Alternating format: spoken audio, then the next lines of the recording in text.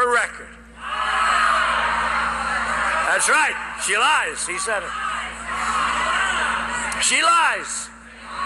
And she smears. And she paints decent Americans, you, as racists. It's the last refuge of the discredited Democrat politician. Trump is reinforcing harmful stereotypes and offering to have strong borders so that people come into our country, but they come in legally through a legal process. That doesn't make you a racist. It makes you smart.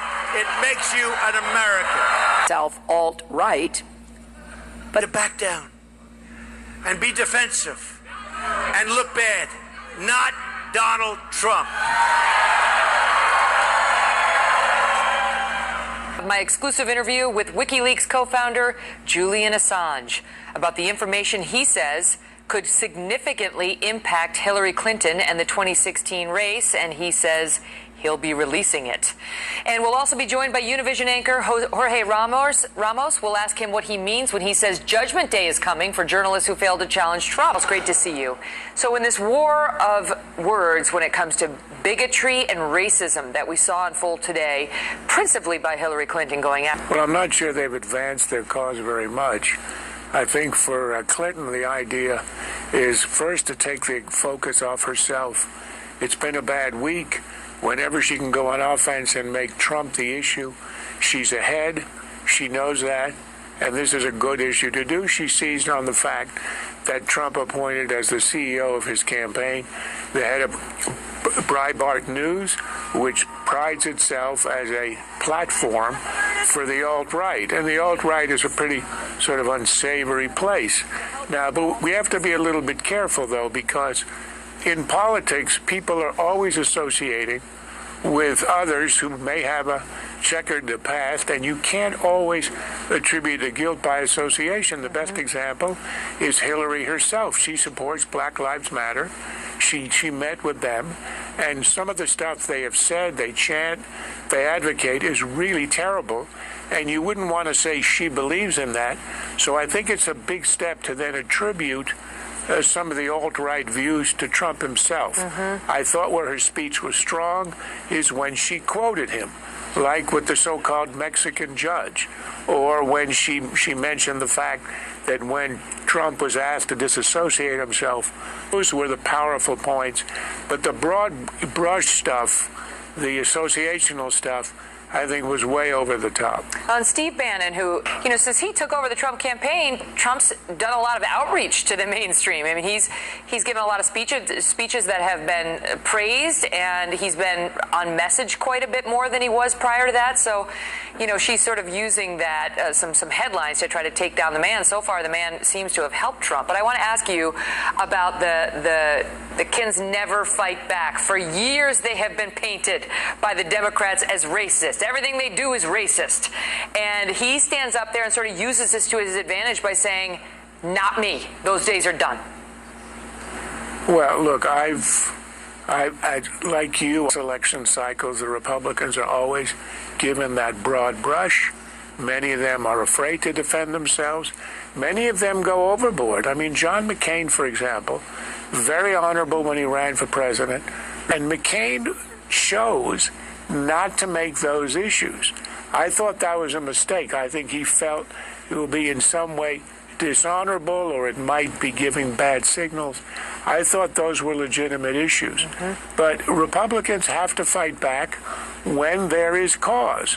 However, when you do... I mean, I've already heard it discussed just on your program this evening, Anderson, someone bringing up the fact that she had once called Robert Byrd her friend and mentor. Let's not forget the New York Times busting Bill Clinton in 1993 when he frequented an all-white golf course back in Arkansas, and he didn't stop going until the New York Times busted him in 93. There's a ton of stuff there that I don't think that she wants to rehash. So she kind of opened the door on herself going down this road, so we're going to see how that pans out, I guess. All right, we're got to take a break. A lot more to talk about, including a question for Clinton supporters that we've asked Trump supporters before, any of the controversies surrounding her, giving them second thoughts. Later, More of our exclusive 360 interview with Donald Trump. Voting on multiple levels, from the email scandal to the Clinton Foundation disaster to the now October surprise from the inimitable Mr. Assange, Megyn. I got to tell you, this is really bad for her, and she can't discuss the issues because the issues bring too much criminal liability for her. So what she's doing now is crossing the line from legitimate political discourse into actionable defamation, not just against Mr. Trump, but against his millions of supporters, good, hardworking people, non-racist, people that are great Americans. Her campaign is slandering them in an effort to gain political mileage, and it's a horrible idea. My suggestion is she delete it and issue a formal apology to Mr. Trump and his supporters. Bill, can you really misogyny and racism are bigger than just political disagreements.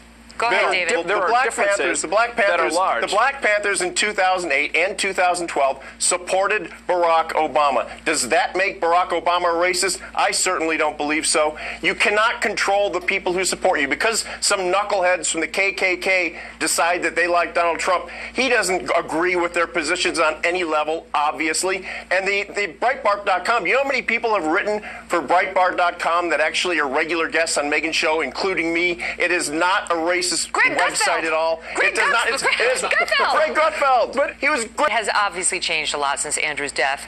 But the point is, Bill, you know, if you're going to start tying, so Steve Bannon, he has a successful website that he bought, and it's had some incendiary headlines.